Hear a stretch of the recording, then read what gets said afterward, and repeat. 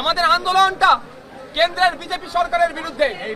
তৃণমূল সরকার তার পুলিশকে এগিয়ে দিয়ে আমাদের আন্দোলনকে ভুলণ্ডিত করার চেষ্টা করেছে। কোর্টের সম্মানীয় বিচারপতি যে প্রশ্ন করেছেন, উত্তর দেওয়ার কোনো জায়গা নয়।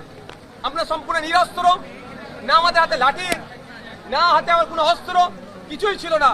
আমরা ধর্ণা মঞ্চে বসছি, সেখানে আমাদের বসতে দেওয়া হচ্ছে না। আমার মাদ্রাসা মসজিদের জায়গা কেড়ে নেওয়া হচ্ছে।